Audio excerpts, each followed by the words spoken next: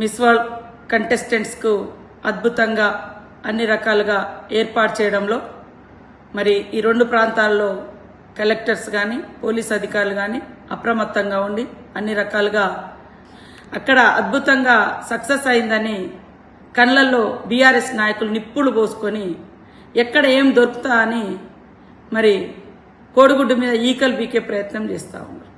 ఈ వంక తోక పట్టుకొని తిరిగినటువంటి గత బీఆర్ఎస్ నాయకుడు మరి వాళ్ళు వచ్చినప్పుడు ఈ వంక ఆ వంకలు వచ్చినప్పుడు మీరు ఎలాంటి సంస్కృతిని సాంప్రదాయాన్ని పాటించారో ఒకసారి గుండెల మీద చేసుకొని చెప్పాలి. ఈరోజు నిన్న జరిగినటువంటి సంఘటనలో 33 మంది కంటెస్టెంట్స్ వస్తే 32 మంది వాళ్ళ కాళ్ళు వాళ్ళు కడుక్కొని మరి గుళ్ళోకు రావడం జరిగింది.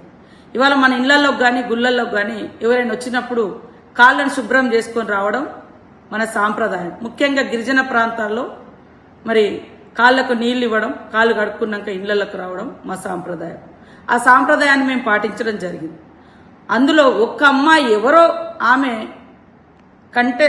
ఈవెంట్ మేనేజ్మెంట్ నుంచి వచ్చినటువంటి ఒక అమ్మాయి కాళ్లకు నీళ్లు పోసి ఏదో చేస్తే అది తెలంగాణ ప్రభుత్వమే చేసిందని మొత్తం ప్రభుత్వాన్ని నిస్సిగ్గుగా అబద్ధాలను వాడుకుంటా ఉన్నారు.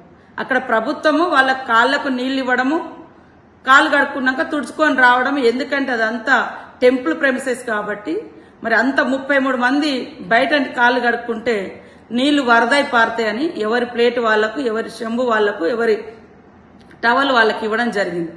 అందరూ ప్రేక్షకులకు అందరికీ, తెలంగాణ సమాజానికి అందరూ చెప్తున్నారు, తెలంగాణ ప్రభుత్వం కాళ్ళు కడిగిస్తే 33 మంది కడిగియాలి కదా.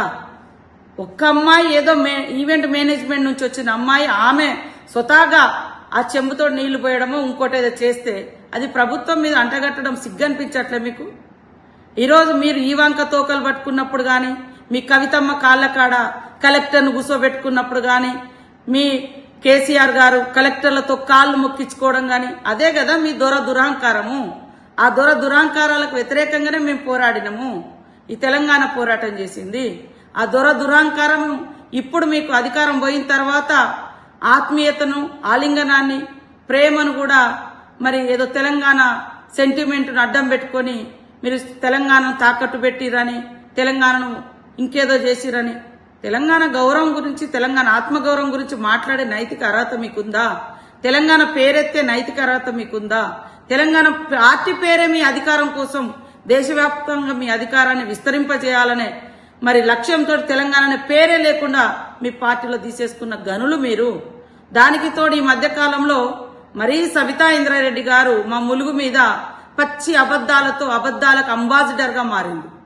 ఆమె హయాంలో ఏం మానవత్వం చూపించిందో చాలా మందికి తెలుసు. ఆమె మంత్రిగా ఉన్నప్పుడు ఎంతమందిని ఏ రకంగా చేసిందో అందరికీ తెలుసు. ఇవాళ వాస్తవాలు మాట్లాడు, అబద్దాలు మాట్లాడే 33 మంది ఆడ కంటెస్టెంట్స్ లైన్ లో కూర్చున్నారు, ఎవరి కాళ్ళు వాళ్ళు కడుక్కున్నారు.